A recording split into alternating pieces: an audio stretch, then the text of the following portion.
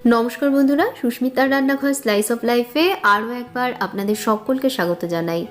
আজ খুবই সহজ অথচ দারুণ টেস্টি একটা চিকেনের রেসিপি পেপার চিকেন ড্রাই বানিয়ে দেখাবো।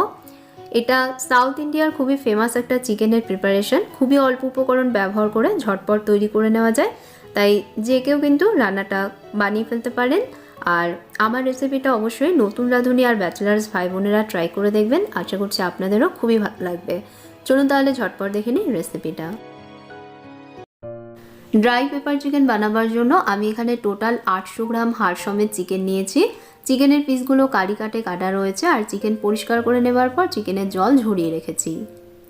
এখন চিকেনের পাত্রে দিয়ে দিচ্ছি হাফ টিস্পুন নুন, 1/4 টিস্পুন দিয়ে দিচ্ছি হলুদ গুঁড়ো, 1/4 টিস্পুন দিয়ে দিচ্ছি কাশ্মীরি লঙ্কা গুঁড়ো, আর 1 টেবিল স্পুন দিয়ে দিচ্ছি ভিনিগার। আমি ভিনিগার দিচ্ছি, কেউ চাইলে ভিনিগারের জায়গায় লেবুর রসও ব্যবহার করতে পারেন।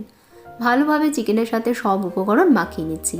এভাবে করে চিকেনের মধ্যে একটু নুন হলুদ মাখিয়ে নিলে পরে চিকেনের মধ্যে নুনটাও সুন্দরভাবে ঢুকে যাবে আর চিকেনের রঙটাও অনেক ভালো আসবে।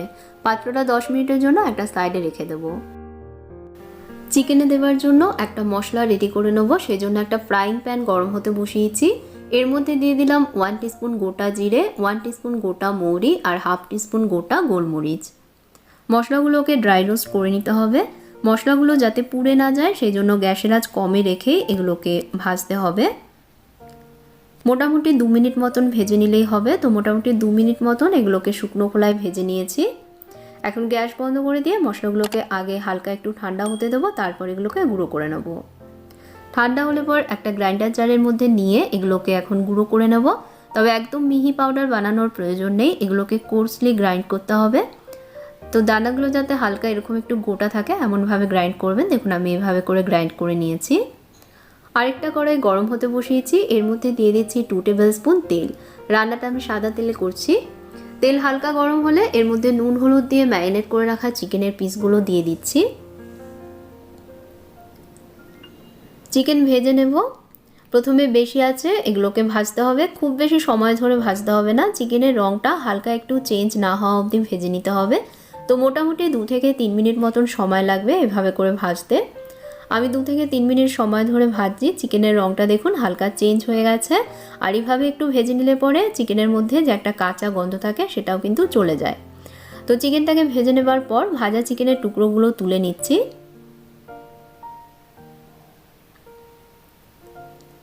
চিকেনের টুকরোগুলো কড়াই থেকে তুলে নেবার পর কড়াইতে আরও 1 টেবিল স্পুন তেল দিয়ে দিলাম। এই রান্নাটায় কিন্তু খুব বেশি তেল প্রয়োজন পড়ে না, একদম কম তেলে রান্নাটা করে নেওয়া যায়। এবার এর মধ্যে দিয়ে দিলাম 8-10 কোয়া থেতো করে নেওয়া রসুন। রসুনগুলোকে জাস্ট হালকা একটু থেতো করে নিয়েছি। সাথে দিয়ে দিলাম 3টে চেরা কাঁচা লঙ্কা। লঙ্কাগুলোকে আমি চিড়ে নিয়েছি, আপনারা চাইলে কুচি করেও নিতে পারেন। একটু ভেজে নিয়েছি যাতে রসুনে একটু হালকা কালার চলে আসে। তো রসুনে যখন হালকা কালার চলে আসবে তখন এর মধ্যে দিয়ে দিলাম স্লাইস করে কেটে নেওয়া পেঁয়াজ। এখানে আমি 3টে বড় পেঁয়াজকে স্লাইস করে কেটে নিয়েছি। পেঁয়াজের মধ্যে অল্প নুন দিয়ে দিচ্ছি যাতে পেঁয়াজ থেকে জল ছেড়ে দেয় আর পেঁয়াজটা তাড়াতাড়ি ভাজা হয়ে যায়। এবার পেঁয়াজটাকে একটু সোনালি রং করে ভেজে নিচ্ছি। মাঝারি আঁচে পেঁয়াজটাকে আমি ভেজে নিচ্ছি। পেঁয়াজ ভাজবার সময় এর মধ্যে আমি দিয়ে দিচ্ছি কয়েকটা কারি পাতা। মিশিয়ে নিয়ে সব কিছুকে ভেজে নেব। মাঝারি আঁচে এটাকে ভাজতে হবে, যতক্ষণ পেঁয়াজের সোনালি রং না আসছে ততক্ষণ অবধি ভেজে নেব। তো পেঁয়াজটাকে দেখুন আমি সোনালি রং করে ভেজে নিয়েছি। এবার এর মধ্যে আমি দিয়ে দিচ্ছি ছোট করে কেটে নেওয়া টমেটো। একটা মাঝারি মাপের টমেটো আমি ছোট করে কেটে নিয়েছি। আর দিয়ে দিচ্ছি 1 টিস্পুন আদা রসুন বাটা। অল্প নুন দেবো যাতে টমেটো তাড়াতাড়ি নরম হয়ে যায়। মিশিয়ে নিয়ে 2 মিনিট এগুলোকে ভেজে নেব। 2 মিনিট ভেজে নেব, তাতে করে আদা রসুনের যে কাঁচা গন্ধ সেটা চলে যাবে আর টমেটোও দেখবেন নরম হয়ে যাবে। তো 2 মিনিট ভেজে নিয়েছি, টমেটো নরম হয়ে গেছে আর আদা রসুনের যে একটা কাঁচা গন্ধ সেটাও কিন্তু চলে গেছে। আমি এখানে আদা রসুন বাটা ব্যবহার করেছি, কেউ চাইলে কিন্তু আদা রসুনটা গ্রেট করে নিয়েও এর মধ্যে দিতে পারেন বা থেতো করে নিয়েও দেওয়া যাবে। এবার আগে থেকে ভেজে রাখা চিকেনটা এর মধ্যে দিয়ে চিকেনটাকে ভালোভাবে কষিয়ে নেব। যেহেতু চিকেনটা আগে থেকেই ভেজে রেখেছি তাই এখন কিন্তু আর বেশি আঁচে ভাজবার প্রয়োজন নেই।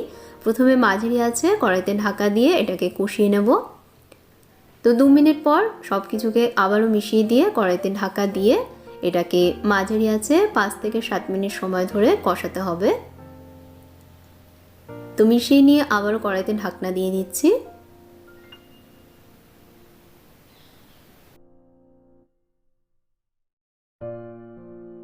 মাঝারি আছে 5 থেকে 7 মিনিট সময় ধরে চিকেনটাকে কষাচ্ছি। এখন এর মধ্যে অল্প গরম জল অ্যাড করে আবারও এটাকে কষাবো। অবশ্য করে গরম জল দিতে হবে, তাহলে চিকেনটা দেখবেন সফট থাকবে। ঠান্ডা জল দিলে পরে চিকেনের পিসগুলো কিন্তু হার্ড হয়ে যাবে। তো আমি মোটামুটি 1 কাপ মতন গরম জল এর মধ্যে দিয়েছি। যেহেতু এটা শুকনো রান্না তাই জলের পরিমাণটা কম দিচ্ছি। আপনারা যদি আরও বেশি গ্রেভি রাখতে চান সেক্ষেত্রে জলের পরিমাণটা আরেকটু বাড়িয়ে দেবেন। আর একটু নুন দিয়ে নুনটা অ্যাডজাস্ট করে নিচ্ছি। নুন দেওয়ার সময় খেয়াল রাখবেন চিকেন ম্যারিনেশনের সময় আর মশলা কষানোর সময় যেহেতু নুন দেওয়া আছে তাই সেই বুঝে নুনটা দিতে হবে। আবারও সব একটু মিশিয়ে নিয়ে কড়াইতে ঢাকনা দিয়ে এবার লো মিডিয়াম আছে চিকেনটাকে ভালোভাবে কষাবো। চিকেন থেকে তেল না ছাড়া অবধি চিকেনটাকে কষাতে হবে। মাঝে মাঝে অবশ্যই একটু হাতা দিয়ে মিশিয়ে দিয়ে কড়াইয়ে ঢাকনা দিয়ে এটাকে কষিয়ে নেবেন। তো এইভাবে করে প্রায় 20 মিনিট ধরে চিকেনটাকে আমি কষাচ্ছি। দেখুন চিকেন থেকে তেল ছেড়ে দিয়েছে আর চিকেন সুন্দরভাবে সেদ্ধ হয়ে গেছে। দেখুন হাড় থেকে মাংস আলাদা হয়ে গেছে।